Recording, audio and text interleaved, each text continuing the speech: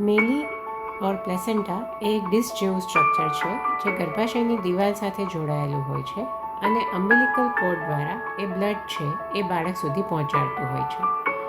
આ જે આજુબાજુ ગોળ સફેદ સ્ટ્રક્ચર દેખાય છે એ પ્લેસેન્ટા અથવા મેલી છે. 13 વીક્સમાં ગર્ભાશય જ નાનું હોય એટલે મેલી મુખ સુધી પહોંચે એ બહુ કોમન ફાઇન્ડિંગ છે કે જેને લો લાઇંગ પ્લેસેન્ટા કહેતા હોઈએ છીએ. તમારે ચિંતાની જરૂર ના. જો તમને બ્લીડિંગ કે એવા કોઈ બીજા પ્રોબ્લેમ્સ ના હોય તો તમારે કોઈ ટેન્શનની જરૂર નથી અને તમારા જે ડૉક્ટર રૂટીન કેર કહે એ તમારે ફોલો કરવાની છે.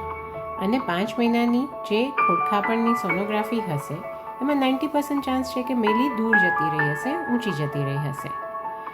સો ડોન્ટ વરી કે જો 11 to 14 વીક્સમાં પ્લેસેન્ટા લો લાઇંગ કહેવાય. પણ હા, જો 5 મહિનાની સોનોગ્રાફી સુધી એ નીચી જ રહે અથવા પ્લેસેન્ટા પ્રીવિયા હોય તો શું કરવું એ નેક્સ્ટ વિડીયોમાં જાણીશું.